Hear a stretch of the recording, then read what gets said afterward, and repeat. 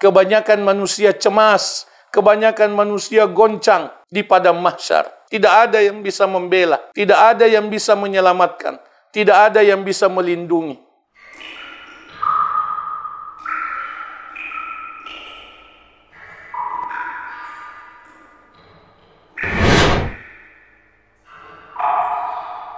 An Abdullah bin Amr radhiyallahu anhuma anna Rasulullah sallallahu alaihi wasallam qala, dari Abdullah bin Amr, semoga Allah meridai kedua beliau, meriwayatkan bahwa Rasulullah sallallahu alaihi wasallam pernah bersabda, as-siyam wal Qur'anu yashfa'ani lil abdi yaumal qiyamah.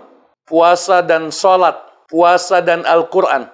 As-siyam wal Qur'anu, puasa dan Al-Qur'an, yashfa'ani, keduanya memberi syafaat, lil abdi, kepada hamba, yaumal qiyamah, pada hari kiamat.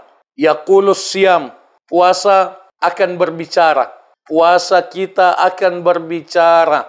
Ay Rabb, wahai Rabb, mana'tuhu ta'ama wasyahawati bin nahar, fasyaffi'ni fihi.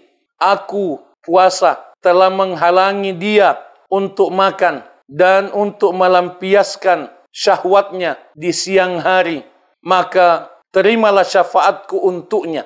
Wa yaqulul Qur'anu, Al-Qur'an akan berbicara, ay Rabb, wahai Tuhanku, mana'tuhun nauma bil laili fasyaffi'ni fihi.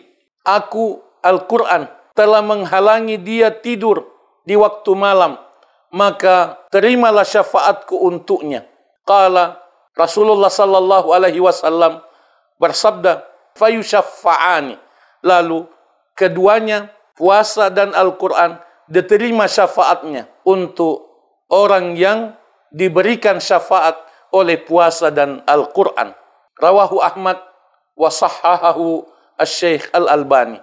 Hadis ini sahih, diriwayatkan oleh Imam Ahmad, dinilai sahih oleh asy-Syaikh Al-Albani. Hadis yang mulia ini menjelaskan kemuliaan puasa dan Al-Qur'an, bahwa ibadah puasa memberikan pertolongan, memberikan pembelaan, memberikan perlindungan kepada orang yang rajin mengamalkan puasa waktu di dunia. Mari kita hayati itu. Pada hari kebanyakan manusia takut, kebanyakan manusia cemas, kebanyakan manusia goncang di padang mahsyar, dalam huru-hara padang mahsyar yang sangat dahsyat. Tidak ada yang bisa membela, tidak ada yang bisa menyelamatkan, tidak ada yang bisa melindungi, kecuali yang dibolehkan, diizinkan oleh Allah Tabaraka wa Ta'ala.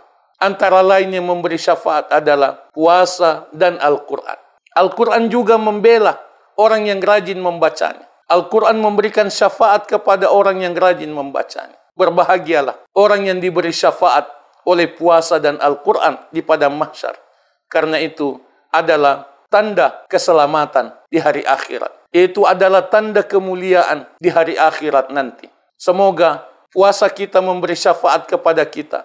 Semoga bacaan Al-Qur'an memberi syafaat kepada kita di hari akhirat nanti. Allahumma amin. Barakallahu fikum.